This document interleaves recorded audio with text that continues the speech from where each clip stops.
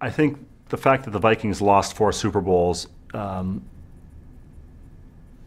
doesn't, enhance his career as a player, but I don't think it diminishes it for me. Certainly, it's what people think about when they think about the Vikings of the '70s, that they lost 4 Super Bowls. What nobody thinks about is that they won 4 NFC championships to have the privilege of losing 4 Super Bowls. So, they were great in the '70s. They should have won at least 2 of those Super Bowls. They didn't, and people will always remember that. But does that diminish the fact that Page was instrumental in leading them to the NFC Championship almost every year during those years, or that he was the man that he was, and he became the influence that he was on society, particularly in the law in Minnesota? Of course not. He would be the first to tell you that those Super Bowls were hugely disappointing. But he would also be the first to tell you that winning Super Bowls should probably not be the measure of a man's life. Yeah, he had that grill face mask with the steam coming out of the mouth, which was always an incredible image. Oftentimes the steam coming off the afro if the helmet was off.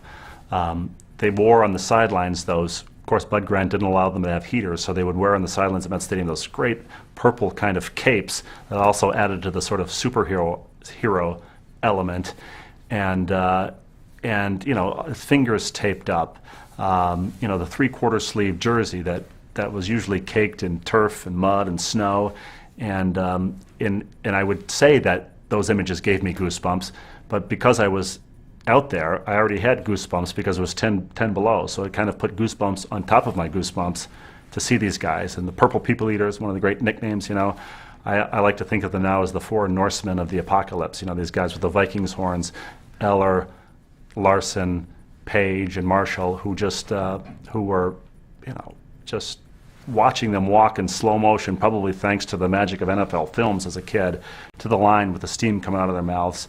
They were terrifying, and as a kid, you were really thrilled that they were on your side.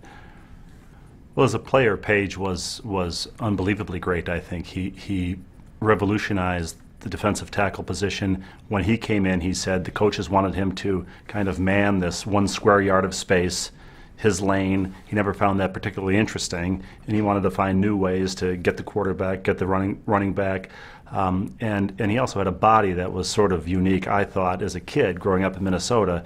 He looked like one of these guys, especially in his shoulder pads, who never took the hanger out of the jersey. It was always the 3/4 length sleeve, the 3-bar face mask, a really fearsome looking guy with very long arms, and he almost reminded me of an octopus, and it might have been the 2/8 on his chest that gave me that octopus image. But you see a guy do a swim move now. Imagine a swim move with 8 arms, and it really made him unblockable. And the adjectives that he'd been used to describe him are slippery and elusive, and it was just a hell of a lot of fun watching him play the defensive line, and I don't think that had been the case for a lot of guys before, and it may be why he was the first defensive player to become the MVP of the National Football League. I talked about how he was like Tarkenton, the quarterback. On the defensive side, he was all over the field. So he recovered 23 fumbles. I think that's because he was everywhere. I think he caused a lot of those fumbles too that he recovered, but he was just all over the place. So he had these long arms that aided him in swimming past offensive linemen, but it also helped him in blocking kicks. He blocked 28, something like that, kicks in his career, and in a time before they were officially keeping sacks, had 173 sacks. That's testament to just how active and how excellent the guy was, on the defensive line.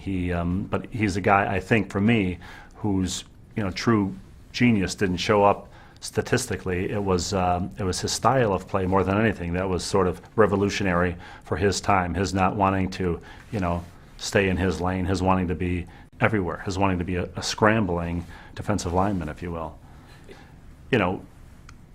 His statistical greatness and his stylistic kind of brilliance, reached its apotheosis in 1971 when he was the first defensive player to win the MVP of the National Football League. Prior to that, it was fairly unthinkable. And even now, when you think of all the great, flashy players who are named MVPs, or who even can possibly be in the running for MVP, almost all of those guys prior to the 1980s were the marquee running backs, quarterbacks, and wide receivers. You never thought of a defensive lineman as the most valuable player in the league, even though those guys obviously were hugely valuable. And Page, I think, led the transformation of people recognizing the contributions and the greatness of guys on the defensive line.